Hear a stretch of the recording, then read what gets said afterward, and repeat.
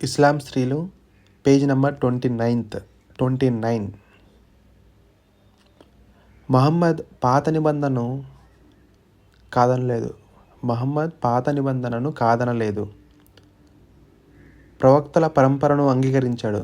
కాగా తను చివరి ప్రవక్త అని అతని అభిప్రాయం.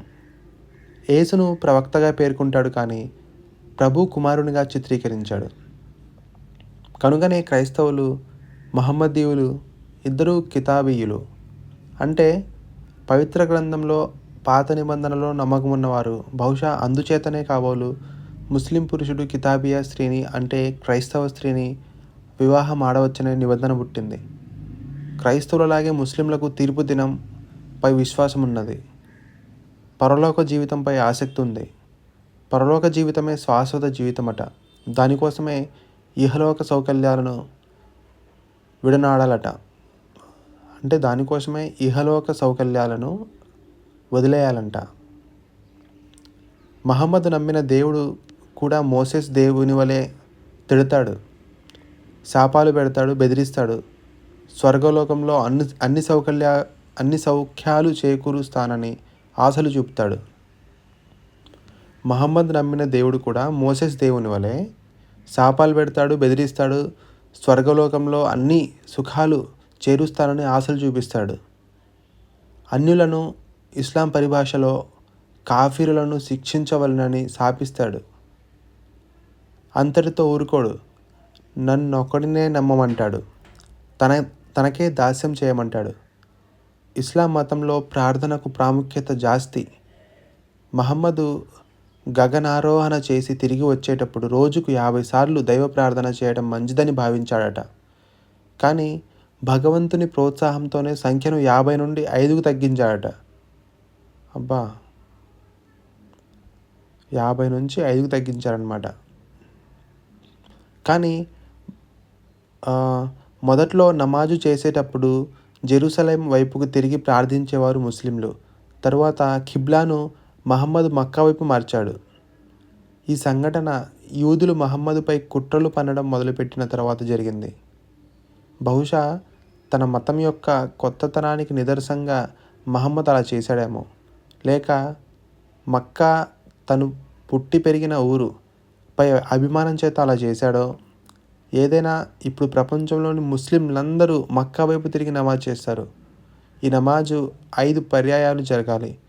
సూర్యోదయానికి పూర్వం, సూర్యోదయం తర్వాత, పొద్దు తిరిగిన తర్వాత, సాయంత్రం సంధ్యావేళ, రాత్రిపూట ప్రార్థన చేయాలి ప్రతి ముస్లిము. స్త్రీలకు, పురుషులకు ఈ సూత్రం వర్తిస్తుంది. సమిష్టిగా ప్రార్థన చేయడానికి మసీదుల నిర్మాణం సాగింది. ప్రతి ముస్లిం దేవునికి దాసుడనని స్పష్టంగా ప్రకటించుకోవాలి. అంటే ప్రతి ముస్లిం దేవుడికి నేను నీ దాసుని దేవుడా అని స్పష్టంగా ప్రకటించుకోవాలి. వారికి విధించబడిన కర్తవ్యాలు 5. అల్లాహ్ తప్ప మరో దేవుడు లేడని, మహమ్మదు చివరి ప్రవక్త అని విశ్వసించాలి. 5 వేళల ప్రార్థన చేయాలి. రంజాన్ సందర్భంగా ఉపవాసం చేయాలి. పగలు 40 రోజులు ఉపవాసం ఉండుట ఉత్తమం, 30 రోజులు సాగించడం మధ్యమం. తన సంవత్సర ఆదాయంలో 100కి 2.5 వంతు దానం చేయాలి. దీనిని జకాత్ అంటారు. జీవితంలో ఒక్కసారైనా మక్కా హజ్ యాత్ర చేయాలి. చివరి 2 విధులు ఆయా వ్యక్తి యొక్క ఆర్థిక స్తోమతను బట్టి ఉంటాయి. అవును, ఓకే. వాటిని పాటించినంత మాత్రాన దేవుడు ఆ ముస్లిం వ్యక్తిని శిక్షించడన్నమాట. మక్కా యాత్ర చేసి వచ్చిన ప్రతి వ్యక్తి తన పేరు ముందు హాజీ అని తగిలించుకుంటాడు. అవునా? మక్కా యాత్ర చేసి వచ్చిన ప్రతి వ్యక్తి తన పేరు ముందు హాజీ అని తగిలించుకుంటాడు. ఇది గౌరవ చిహ్నముగా పరిగణించారు ఒకనాడు. ఈనాడు ఈ గౌరవాన్ని వ్యాపార దృష్టితో వాడుకునేవారు లేకపోలేదు. ఇదంతా ఎందుకు చెప్తున్నామంటే, ఇస్లాం మతంలో మానవుడు భగవంతునికి దాసుడు. బానిసత్వం అమలులో ఉండే రోజుల్లో ఊహించబడిన మతం కనుక అలా చెప్పడం జరిగిందేమో. బానిసత్వం అమలులో ఉండే రోజుల్లో ఊహించబడిన మతం గనుక అలా చెప్పడం జరిగిందేమో. ముస్లిం భగవంతునికి ఆత్మార్పణ చేసుకోవాలి. అది అతని విద్యుత్వ అది అతని విద్యుక్త ధర్మం. సింపుల్గా రాయలేదు అయినా మరి ఏంటో మేడం గారు. అది అతని విద్యుక్త ధర్మం. ఓకే. భగవంతుడు మనిషికి ప్రజ్ఞనిచ్చాడు, స్వాతంత్రాన్ని ఇచ్చాడు, నిజమే. కానీ దానిని అతడు సద్వినియోగం చేసుకోవాలి. అంటే తన స్వాతంత్రాన్ని దేవునికి ధారపోయాలి, దేవునికి అర్పించాలి. ఒక రకంగా ఆలోచిస్తే ఇది బానిస మతం అంటే మనిషిలో బానిసత్వ భావనకు ప్రేరేపించేది. ఖురాన్లోని దేవునికి మానవునికి ఉండే లక్షణాలు ఆరోపించబడినాయి. సమస్త సామ్రాజ్యపతి అయిన భగవంతుడికి కీర్తి కలుగుగాక. నా స్వహస్తాలతో సృష్టించినది 1876 దయాలువైన ఏంటయ్యా బాబు, దయాశీలివైన చాలా దయ కలిగిన ఒక భగవంతుడు సింహాసనారుడాయను 25 వంటి వాక్యాలపై దానికి నిదర్శనాలు. మనిషి భగవంతుడిని మనిషి రూపంలో ఊహించాడు. చీమలు ఊహిస్తే భగవంతుని చీమల రూపంలో ఊహిస్తాయి. ఇది వరుస. ఇది మనోవ్యాపార ధర్మం. దానికి ఇస్లాం అతీతం లేదని మనం నిరూపించవచ్చు. ఇస్లాం అభివృద్ధి చెందే దశలో ఆ మతంలో కూడా హేతువాద ధోరణులు రాకపోలేదు. అట్టి శాఖగా ముతాజిలిజంను పేర్కొనవచ్చు. దీనికి క్రీస్తు శకం 749 తర్వాత ప్రభుత్వాదరణ కూడా లభించింది. దాని సూత్రాలు దైవం ఒకటే, దైవం న్యాయం ప్రసక్తి పెట్టుకోడు, మానవుడు నిర్వహించలేని భారాన్ని భగవంతుడు మనిషిపై మోపడు గనుక మంచి చెడులను తన వివేచనను అనుసరించి మనిషి తెలుసుకోవాలి. పాపం చేసిన మానవుడు విశ్వాసానికి అవిశ్వాసానికి మధ్యలో ఉంటాడు. దైవం శాశ్వతం, కానీ దైవం వాక్కైన ఖురాన్ శాశ్వతం కాదు. దైవంలో దర్శనీయ వస్తువులు ఉండవలసిన పరిస్థితులు లేకపోవడం వల్ల దృశ్య విజ్ఞాన ఆధారంగా భగవంతుని ఉనికిని రుజువు చేయడానికి కానీ దైవాన్ని దర్శించడానికి కానీ సాధ్యం కాదు. ప్రవక్త స్వర్గారోహణను భౌతిక దృష్టితో చూడరాదు. రాజ్యాధికారాన్ని, వాడి ప్రజలను మంచికి పురికొల్పాలనే సిద్ధాంతాన్ని చేపట్టడం వల్ల ఈ శాఖ పతనమైంది.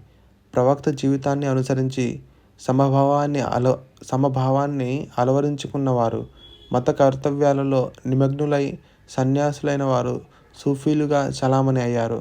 కానీ నిజమైన సూఫీ శరీరాన్ని నిర్లక్ష్యం చేయడు, సామాజిక వ్యాపారాలను నిరసించడు, అన్నింటా భగవంతుని చూస్తాడు, భగవంతుని శక్తిని గమనిస్తాడు, అతని సాన్నిహిత్యాన్ని, సర్వాంతరామిత్యాన్ని అవగాహన చేసుకుంటాడు. ఈ మార్మిక వాదులు అంటే వీరికి ఇంత తాత్విక ప్రాతిపదిక ఉన్న ఆచరణలో ఫకీరులుగా, తంత్రగాళ్ళుగా, గారడి చేసేవాళ్ళుగా తయారయ్యారు.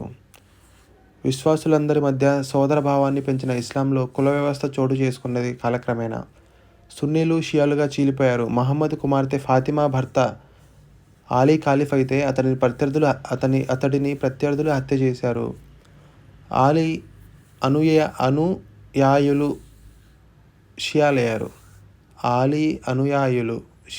షియాలయ్యారు. వీరు ఇప్పుడు ఇరాన్లో అధిక సంఖ్యలో ఉన్నారు. భారతదేశానికి ఇస్లాం మతానుయాయులుగా వచ్చిన వారు తమను అష్రాఫ్లని, షేఖ్లని భారతదేశానికి ఇస్లాం మతానుయాయులుగా వచ్చిన వారు తమను అష్రాఫ్లని, షేఖ్లని, ఖానని, పఠాన్లని పిలిపించుకుంటున్నారు. భారతదేశంలో అనేక మంది ఇస్లాంను స్వీకరించారు. వీరందరి మధ్య వివాహ సంబంధాలు ఉండరాదనే నియమం మతసూత్రంగా లేదు, కానీ ఆచరణలో అలాంటి పెళ్ళిళ్ళు జరగటం లేదు. ఇది ఎక్కువగా భారతదేశంలో ఉత్తరాదిన జరుగుతున్నది. దక్షిణాదిన ఈ పట్టింపులు ఏమీ లేవు. భారతదేశంలో అత్యధిక సంఖ్యాకులు హిందువులు కనుక వారి దురాచారమైన కులతత్వం ఈ దేశంలో నెలకొన్న ఇతర మతాల వారికి పాకింది. ఇది కుల వ్యవస్థలో ఇమిడి ఉన్న దురాచారం అనక తప్పదు. ఇది ఎక్కువగా భారతదేశంలో ఉత్తరాదిన జరుగుతున్నది. దక్షిణాదిన ఈ పట్టింపులు లేవు. భారతదేశంలో అత్యధిక సంఖ్యాకులు హిందువులు కనుక వారి దురాచారమైన కులతత్వం ఈ దేశంలో నెలకొన్న ఇతర మతాల వారికి పాకింది. ఇది కుల వ్యవస్థలో ఇమిడి ఉన్న దురాచారం కనుక తప్పదు. మహమ్మద్ ఆచరణ సున్నా ఆదర్శప్రాయంగా ముస్లింలు పరిగణించడంతో అనేక అసంబద్ధాలు చిక్కులు వచ్చిపడినాయి. అనేక మతాలున్న మన దేశం లాంటి దేశాలలో వివాహాదులకు మేళతాళాలు పెట్టారు ముస్లింలు. ఊరేగింపులు చేస్తారు, కానీ మసీదు ముందు మేళం వాయించరు. ఇతరులు వాయిస్తే కొట్లాటలు జరుగుతాయి. కారణం ఆలోచిస్తే మహమ్మద్ జీవితంలో ఒక కథ కనిపిస్తుంది. ఆయన మసీదులో ప్రసంగిస్తుండగా మేళతాళాలతో ఒక ఊరేగింపు వచ్చిందట. ఎవరో కొద్దిమంది తప్ప విశ్వాసులందరూ లేచి ఊరేగింపు చూడడానికి బయటికి వెళ్ళిపోయారట. అప్పటి నుండి మసీదు ముందు మేళతాళాలను వాయించడం నిషేధించబడింది. ఇలా అనేక విషయాలు ఆయన జీవిత గాథల నుండి పుట్టినవే. పందియడ ద్వేషము, ఊసరవెల్లిపై శౌర్యం ఇలాంటివే. మహమ్మద్ ప్రవక్త కావడం, తుది ప్రవక్త కావడం ఈ అరిష్టాలకు మూలం. మహమ్మద్ ఆలోచనాపరుడు కనుక సందర్భాన్ని బట్టి తనకు అనుకూలంగా అనేక విషయాలను ఏర్పరిచాడు. స్త్రీలపై వ్యభిచార నేరం ఆరోపించడానికి కావలసిన సాక్షుల సంఖ్య, ప్రవక్త భార్యలను తదితరులు వివాహమాడరాదనే సూత్రం, ఏకకాలంలో 4 భార్యల కన్నా ఎక్కువ మంది ఉండరాదనే నియమం తనకు వర్తించకపోవడం ఇలాంటివన్నీ ఆయన జీవితం నుండి ఉదాహరణలుగా మనం తీసుకోవచ్చు. కాబా దేవాలయంలో పూజలందుకునేది ఒక నల్ల బండరాయి. దానిని మోషే పూజించాడని కథ. మరి మక్కాకు పోయి ఆ కాబాను దర్శించడం ఎందుకు? ఇది ఒక పద్ధతి విగ్రహారాధన కాదా? ఈ సంశయాలు పోవాలంటే ఆ కాలపు పరిస్థితులను గమనించాలి. అరేబియాలోని తెగలన్నీ మక్కాలోని కాబా దర్శనం కోసం హజ్ యాత్ర చేస్తాయి. ఒక్కసారిగా దానిని కాదంటే తన మతం వ్యాప్తి చెందదు. కనుక కాబా దేవాలయంలోని దేవతా విగ్రహాల ఉనికిపై దాడి చేశాడు మహమ్మద్. మక్కా విజయం తర్వాత వాటిని తొలగించాడు. కానీ హజ్ యాత్రను నిరసించడం అతనికి అలవికాని పనైంది.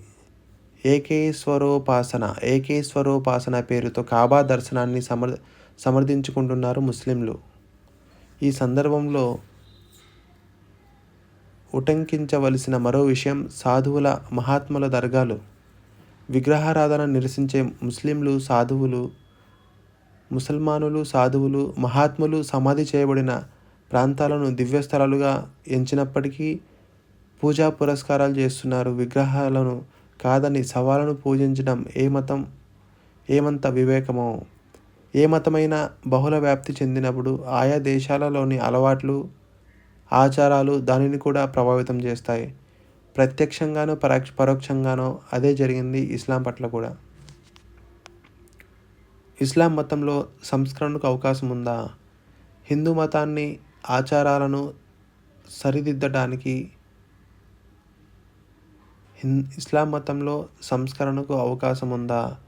హిందూ మతాన్ని ఆచారాలను సరిదిద్దడానికి భావ వికాసోద్యమ మూల పురుషుడిగా రాజా రామ్మోహన్ రాయ్ అవతరించినట్లుగా ముస్లిం సమాజంలో మహత్తర వ్యక్తి ఉద్భవించగలడా అనే ప్రశ్న అనేక మందిని ఇప్పటికీ కలవరపరుస్తూనే ఉంది. మొఘలాయి సామ్రాజ్య పతనానంతరం బ్రిటిషు ప్రభుత్వంపై దేశం పెంచుకొని ముస్లింలు ఇంగ్లీషు వారికి వారి భాషను దూరంగా ఉన్నారు. ఆ సమయంలో సయ్యద్ అహ్మద్ ఖాన్ 1917-1990 అలీఘర్లో ఆంగ్లో ఓరియంటల్ కాలేజీని స్థాపించాడు. ముస్లింలకు ఇంగ్లీష్ విద్యను నేర్పించడం, ఇస్లాం సూత్రాలను హేతుబద్ధంగా అవగాహన చేసుకొనుట ఈ రెండూ ఆ కాలేజీ లక్ష్యాలు. మొదట్లో వారి మాటలు, చేతలు స్వేచ్ఛాప్రియులలో, సత్యాన్వేషకులలో ఎంతో ఆశను రేకెత్తించాయి. కానీ తర్వాత అది అలీఘర్ విశ్వవిద్యాలయంగా మారి ముస్లిం సనాతన తత్వానికి కూడలైంది. ముస్లింలను హిందువులను వేరు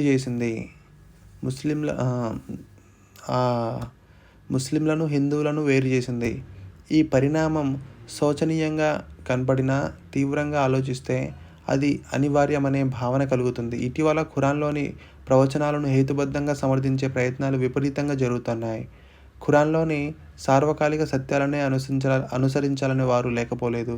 ప్రముఖ గ్రంథకర్త అమీర్ అలీ మొదలైన వారు ఆ కోవకు చెందినవారు.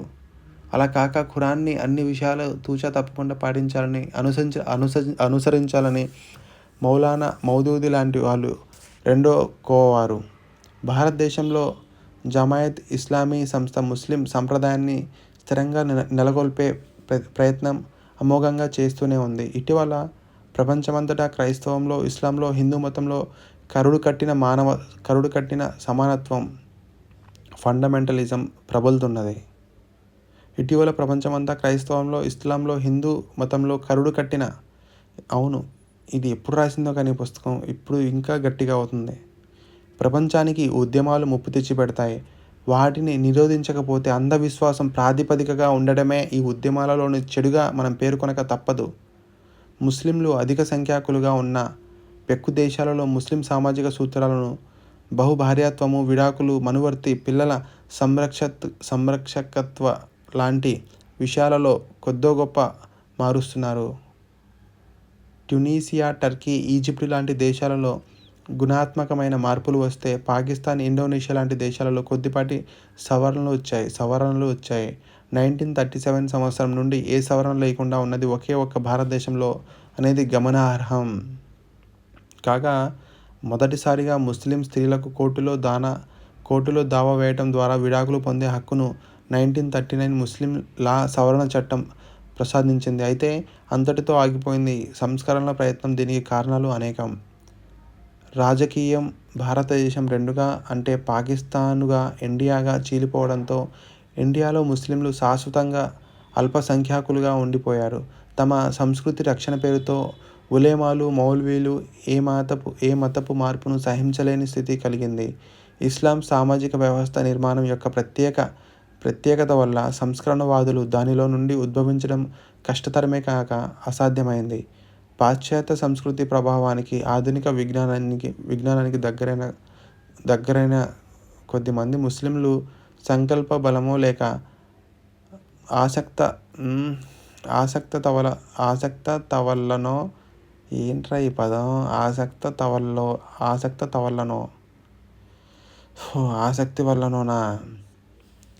ఆసక్తి వల్లనో తమ సమాజాన్ని ప్రభావితం చేయలేకపోయారు. మార్పు కోసం అలచడులు జరగలేదు. స్వరాజ్యానికి పూర్వం అంటే 1947కు పూర్వం భారతదేశ మతాలను మన్నిస్తామనే విక్టోరియా రాణి ప్రకటనను ఉటంకిస్తూ బ్రిటిష్ వారు ముస్లిం సామాజిక జీవితాన్ని శాసనం ద్వారా సంస్కరించడానికి పూనుకోకపోవటం మరో ముఖ్య విషయం. ముస్లింలు అధిక సంఖ్యాకులు నిరక్షరాస్యులు కావటం కూడా దానికి దోహదం చేసింది. అందులో ముస్లిం స్త్రీలలో విద్యావ్యాప్తి చాలా తక్కువ ఉండటం, వారికి సామాజిక స్పృహ లోపించడం వల్ల ఏ మార్పుకైనా వారికి చాలా భయం. రాజకీయ కారణాలను పురస్కరించుకొని వెనుకబడి ఉన్న అరేబియా దేశపు ముస్లిం రాజ్యాలు ముస్లిం మత ప్రచారం పేరుతో సనాతన ముస్లిం శక్తులను బలపరచడం కూడా జరిగింది. దేశ పరిస్థితులు మారుతూ ఉన్నాయి.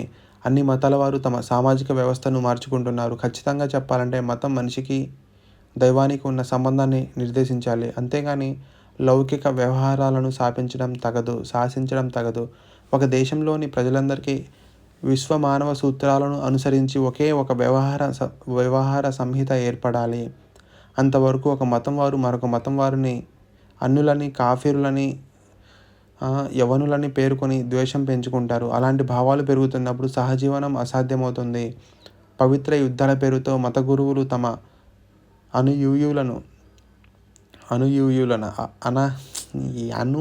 అనుయాయులు అంటే ఏంట్రా బాబు మీనింగ్? సరే మేడం. పవిత్ర యుద్ధాల పేరుతో మత గురువులు తమ అనుయాయులను తదితరులపై ఎగసతోస్తారు. దాంతో మత కలహాలు, కొల్లాటాలు, హత్యలు, దోపిడీలు, గృహ దహనాలు, మానభంగాలు, సజీవ దహనాలు పెచ్చు పెరుగుతాయి. అది మన దేశానికే కాక ప్రపంచానికి కూడా ప్రమాదకారిగా పరిగణించక పరిగణించవలసిన పరిస్థితి. దైనంలో విశ్వాసం కలిగి ఉండడం తప్ప ఒప్ప అనేది వేరే విషయం. ప్రతి వ్యక్తి తనుగా నిర్ణయించుకోవాల్సిన విషయం.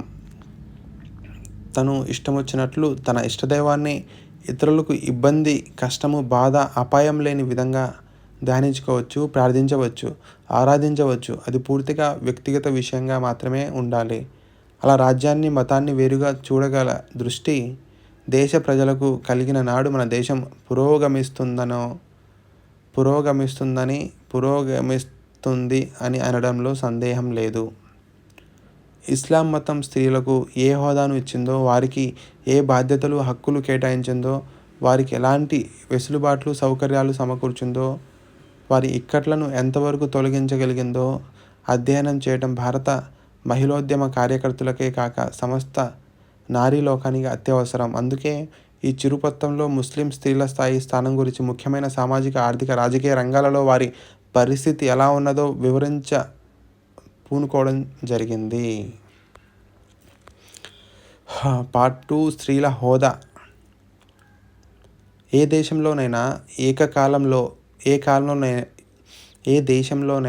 కాలంలోనైనా నా స్త్రీల హోదా ఆయా సమాజ పరిణామ దశను బట్టి ఉంటుందని అభిజ్ఞుల అభిప్రాయం. నాగలితో వ్యవసాయం చేసే చోట పురుషులు వ్యవసాయం సాగిస్తారని, అందువల్ల అలాంటి సమాజంలో పురుషాధిక్యత ఉంటుందని, అలాగే యురేషియా, ఆసియాలలో మగవారి పెత్తనం సాగే సమాజాలు ఉన్నాయని ఒక వర్గం వారి అభిప్రాయం. పారతో వ్యవసాయం జరిగే ప్రాంతాలలో, అనగా ఆఫ్రికా ఖండంలో స్త్రీలకు పురుషులతో పాటు సమాన హోదా ఉంటుందని సిద్ధాంతీకరించడం జరిగింది. చూడు good day production and reproduction 1976 quoted in person frocks in a well Indian woman in Purdha by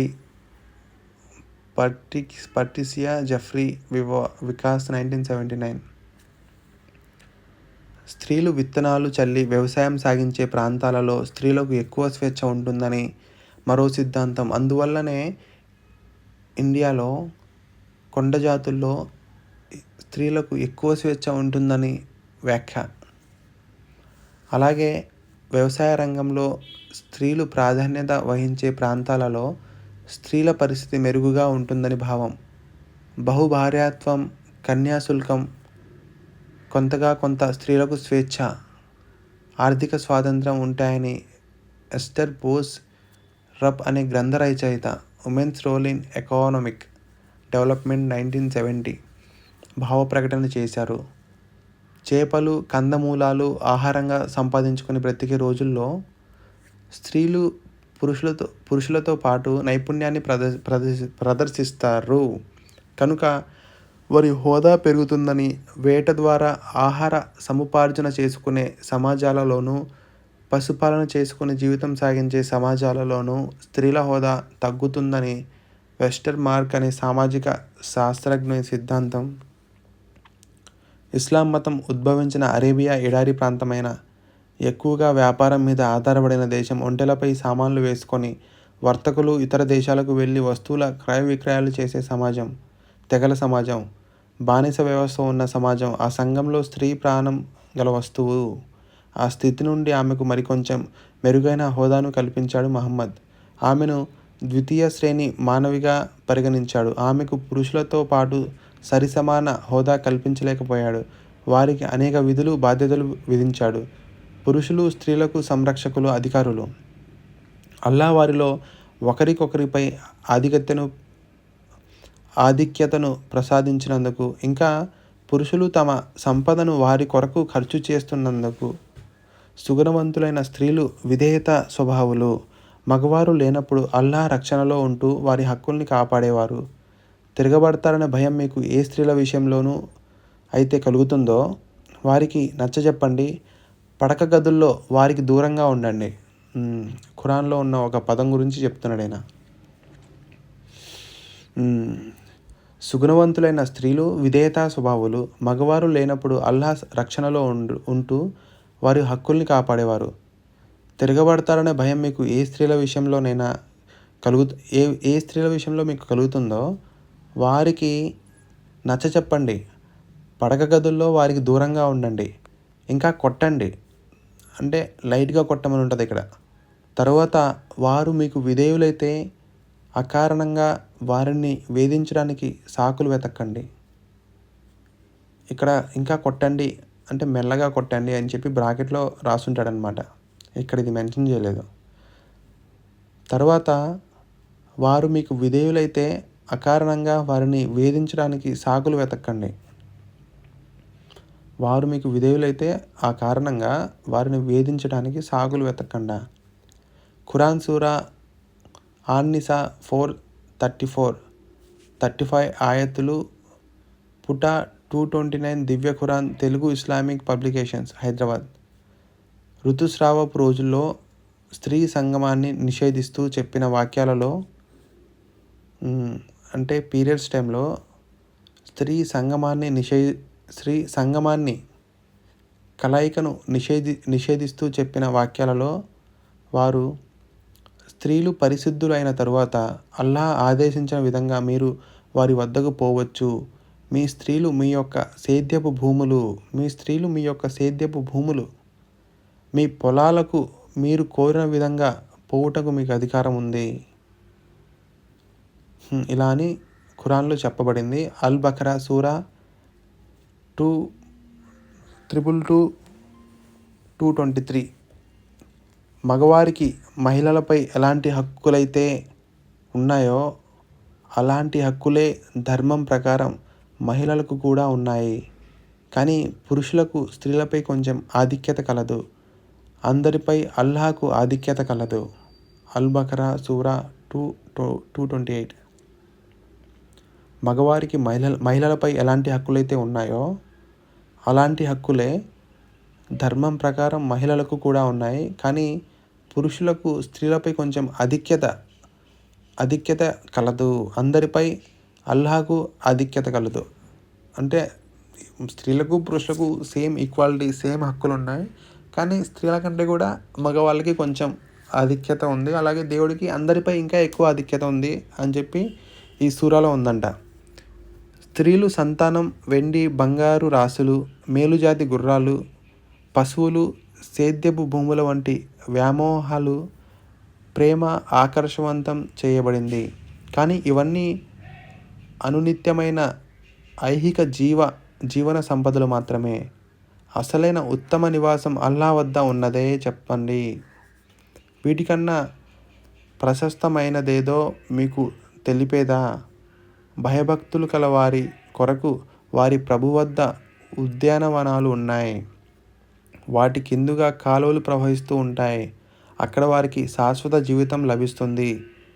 పవిత్ర భార్యల సాంగత్యం లభిస్తుంది. ఇక్కడ ఖురాన్లో చెప్పబడిన సూర ఏంటంటే స్త్రీలు సంతానం, వెండి బంగారు రాసులు, మేలుజాతి గుర్రాలు, పశువులు, సేద్యపు భూములు వంటి వ్యామోహాలు ప్రేమ ఆకర్షవంతం చేయబడింది. కానీ ఇవన్నీ అనిత్యమైన ఐహిక జీవన సంపదలు మాత్రమే. జస్ట్ ఈ ఐహిక జీవం అంటే ఈ భూమి మీద మనిషి బ్రతికున్నంత వరకు మాత్రమే. అసలైన ఉత్తమ నివాసం అంటే అసలైన జీవితం అల్లాహ్ వద్ద మాత్రమే ఉంది అని చెప్పబడింది. వీటికన్నా అంటే ప్రెజెంట్ మనం భూమి మీద అనుభవిస్తున్న జీవితం కంటే ఎంతో గొప్ప జీవితం ఎక్కడంటే మీరు ఎప్పుడైతే భయభక్తులు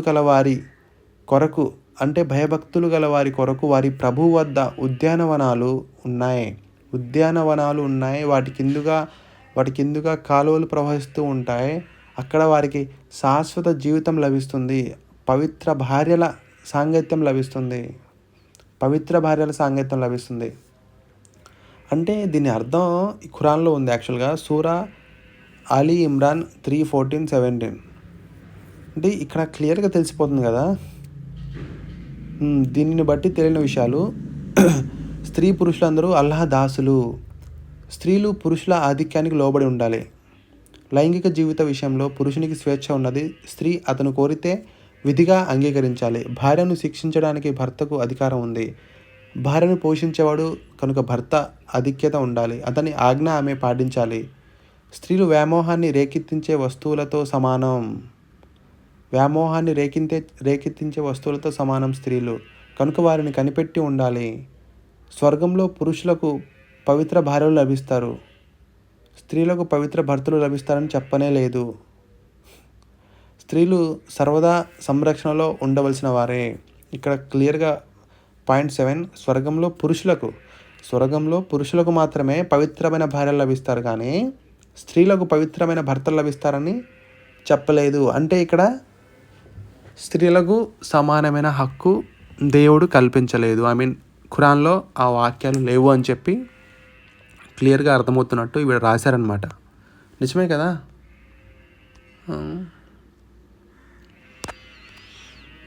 తర్వాత ఇలాంటి సూత్రాలను ప్రవచించిన మహమ్మదును ఈ కాలంలో విశ్వ మానవ హక్కుల ప్రకటనను సభ్యత కల దేశాలు ఆమోదించిన ఈ రోజులో చంద్రుడిని గోళంగా గుర్తించి చంద్రుడి నెత్తిపై కాలు మోపినప్పుడు మనం ఎందుకు అనుసరించాలి? ఇలాంటి సూత్రాలను ప్రవచించిన మహమ్మద్ ఈ కాలంలో విశ్వమానవ హక్కుల ప్రకటనను సభ్యత గల దేశాలు ఆమోదించిన ఈ రోజులో చంద్రుడిని గోళంగా గుర్తించి చంద్రుడి నెత్తిపై కాలుని పెట్టిన మనం ఎందుకు అనుసరించాలి? ఎలా ఆమోదించాలి? వాటిని పట్టుకుని వేలాడేవారు మధ్యయుగపు మనస్తత్వంతో కొట్టుమిట్టాడేవారని మనం గ్రహించక తప్పదు. మహమ్మద్ వాడిన తర్కం నిరుపయోగమని తేలటం లేదా? భార్యలుగా ఉన్న స్త్రీలు తమ స్వశక్తితో సంపాదించుకుంటూ ఆర్థిక స్తోమత కలిగిన ఈ శతాబ్దంలో ప్రవక్త వాదనా బలం హుష్కాకి అంటూ ఎగిరిపోదా? ఆ వాదననే అంగీకరిస్తే భార్యల చేత పోషించబడే పురుషులు భార్యలకు విధేయులుగా ఉండాల్సిందే కదా. వాస్తవానికి స్త్రీ పురుషులలో ఎవరికీ లోబడి ఉండనవసరం లేదు. ఇరువురు సమానులు. సమాన హోదాతో పరస్పర గౌరవంతో వ్యవహరించుకోవడం జరగాలి. స్త్రీలు వచ్చినప్పుడు మహమ్మదు లేచి నిలబడేవాడని చెప్తారు. ముస్లిం పురుషులు తమ భార్యలను జీ ఏమండి అని సంబోధిస్తారని వింటున్నాం. అంతవరకు మంచిదే. కానీ సమగ్రంగా చూస్తే, సమ్యక్ దృక్పథంలో చూస్తే ముసల్మాను పురుషులు స్త్రీలను చిన్నచూపు చూస్తారనేది నగ్న సత్యం. వాస్తవానికి ముస్లిం సమాజంలో పురుషులు స్త్రీలను చిన్నచూపు చూస్తారనేది నగ్న సత్యం. వాస్తవానికి నేను గమనించాను, అది నిజం, నగ్న సత్యం, ఇది వాస్తవం. పేజ్ నెంబర్ 37 అయిపోయింది. పేజ్ నెంబర్ 38 నుంచి వివాహము, ఆచారపరమైన విధులు